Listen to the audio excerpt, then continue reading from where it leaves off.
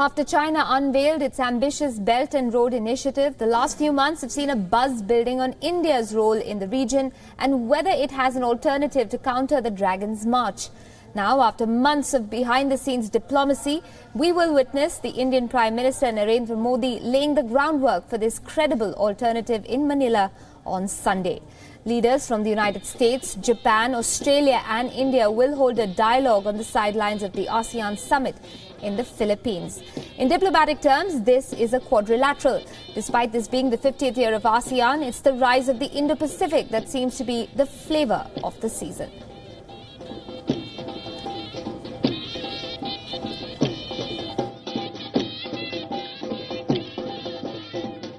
For India, the ASEAN and East Asia summits will be significant to the extent that for the first time in a decade, officials from India, the US, Japan and Australia will come together to revive the quadrilateral initiative.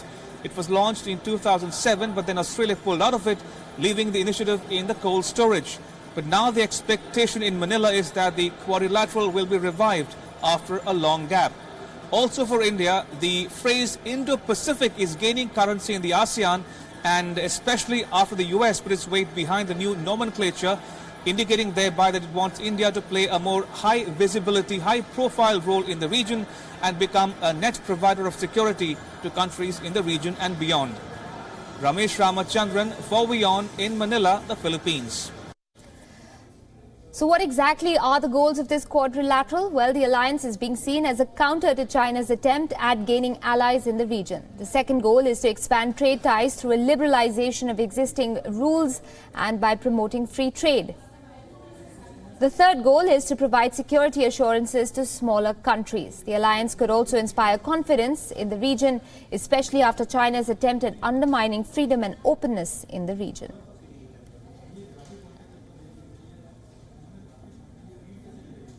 Now, sources have told WION that the Indian Prime Minister Narendra Modi is expected to have bilateral talks with the US President Donald Trump on the sidelines of the ASEAN Summit. Sources say that Modi might also have a bilateral with the Japanese Prime Minister Shinzo Abe and the Australian Prime Minister Malcolm Turnbull. According to sources, Prime Minister Modi will make a big pitch for investments at the ASEAN business meeting. The official level meeting of the Quad among India, US, Japan and Australia will be held on Sunday. Prime Minister Modi could well shake hands with the Chinese leader, although no formal India-China bilateral has been planned so far.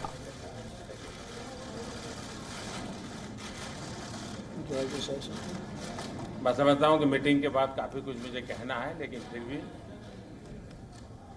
राष्ट्रपति जी और first lady ने Former diplomat Ambassador Gurjeet Singh joins us tonight from New Delhi. Also on the conversation is WION senior correspondent Ramesh Ramachandran, who's live with us from Manila. Gentlemen, good evening and welcome to the show. Thanks for being with us. Ambassador Singh, to you first. What exactly do you see as the priority issues for India at the summit? India has a very active Act East policy since 2014, enunciated by Prime Minister Modi. Through this, India aims to have a larger number of dimensions with greater depth to make this Act East policy more realistic.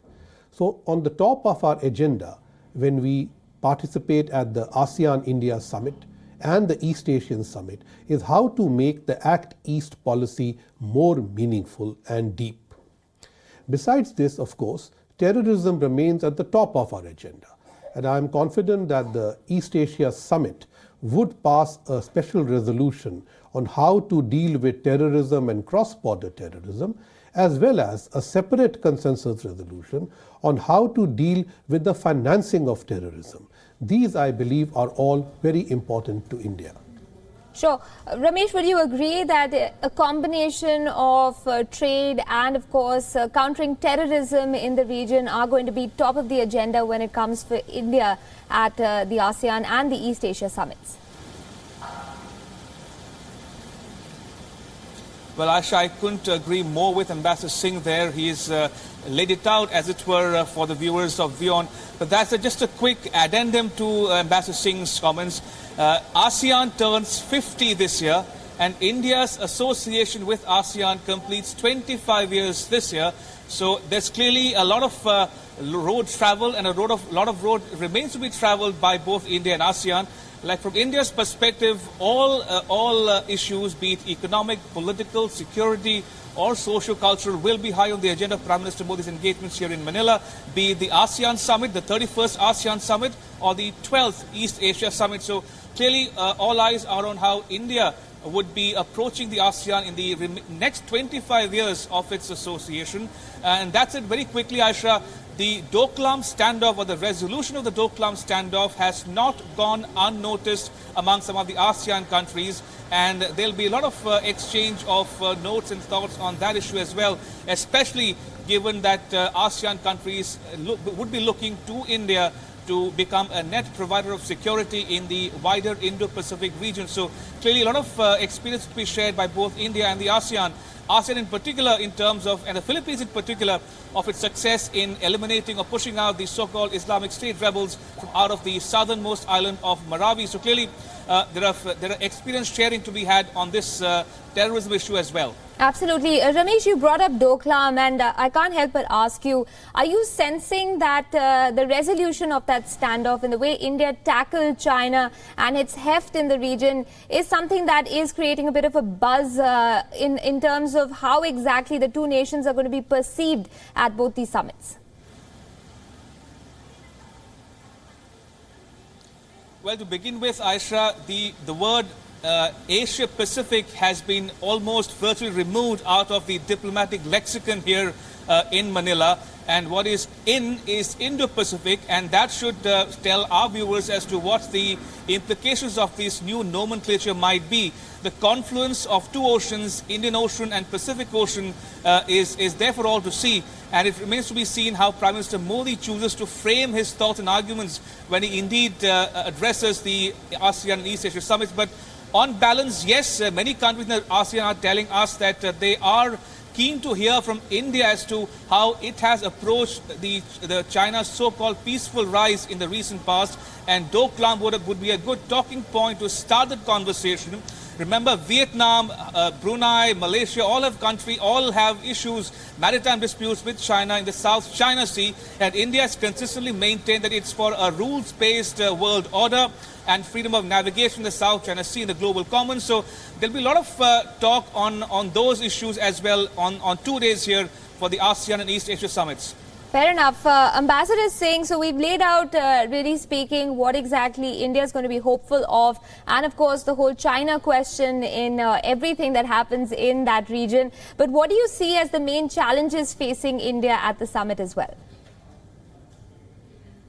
Well, there is no doubt that the 50th anniversary of ASEAN, which is being marked at this summit, and thereafter the celebratory summits which several countries are holding with ASEAN, and thereafter the East Asian Summit, all come with the big elephant in the room, which is the Chinese dragon. And there is no doubt that the rise of China and its expansion, particularly among Asian countries, is the biggest challenge. The strategic dimension of this needs to be tackled, and associated with this is the fact that the United States under President Trump seems to be a little pulling away than in the past. This was also noticed because initially President Trump had decided to skip the main meeting of the East Asian Summit, but now has decided to stay on. This, I believe, is welcome. We have to confront the challenge of China not only in strategic terms, but there is the issue of trade, there is the issue of maritime security, and many other things associated with that. The other challenges, which are not particularly China-centric, are illegal migration, drugs, money laundering, humanitarian assistance and disaster relief, the issue of refugees, and of course, I've already mentioned terrorism. Now, all these are the major challenges. The biggest challenge of all is how to build a proper consensus between the partners and ASEAN countries and overall within the East Asia Summit, which always operates by consensus. Sure. Stay with me, Ambassador Singh and Ramesh, both. For the benefit of our viewers, the ASEAN grouping is celebrating its 50th year anniversary. But what exactly is its role and its significance in the world order today? Take a look at this report for more details. When the Vietnam War against the communist-led guerrilla groups was at its peak, the foreign ministers of 5 countries, Indonesia, Malaysia, Philippines, Singapore and Thailand, came together to create ASEAN, or the Association of Southeast Asian Nations. 50 years after its creation, ASEAN today has 10 member nations. Its focus now is to deepen trade, security and cultural ties within the region and around the world. So why is ASEAN important to the world? ASEAN nations together are one of the world's fastest growing consumer markets. They have a combined GDP of $2.4 trillion. The ASEAN nations have a large young and urban population.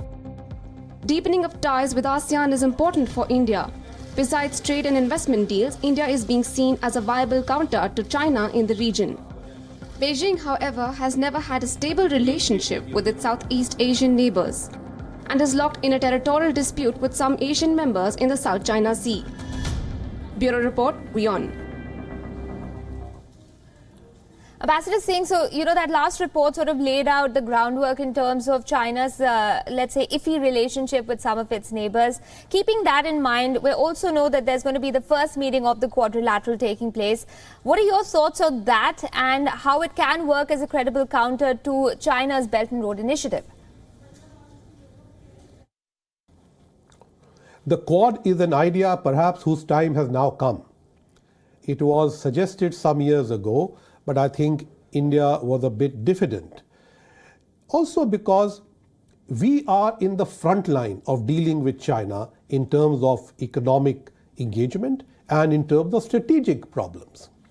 Countries like Australia and Japan are not really that much in the front line because they seem to have worked out their economic engagement and also their strategic engagement. There is tension, but it is not something which is live on a daily basis as for India. The United States has been slowly retreating. Though President Obama came to 9 out of 10 East Asia summits, everybody waits to see what would President Trump do and what would he say at this East Asia Summit.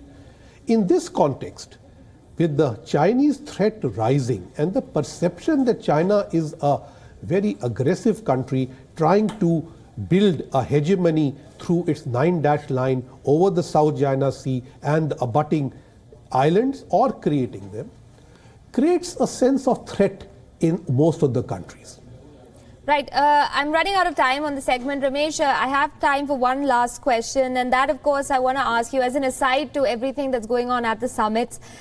Given the Philippines' large Indian population, do you feel also the Prime Minister's outreach to Indians in the Philippines gains more significance given the sort of overtures India's government has been making towards allowing overseas citizens voting rights? Well, clearly, Aisha, Prime Minister Modi's engagement with the Indian diaspora has become a hallmark of virtually all his foreign visits, and the Philippines would be no exception.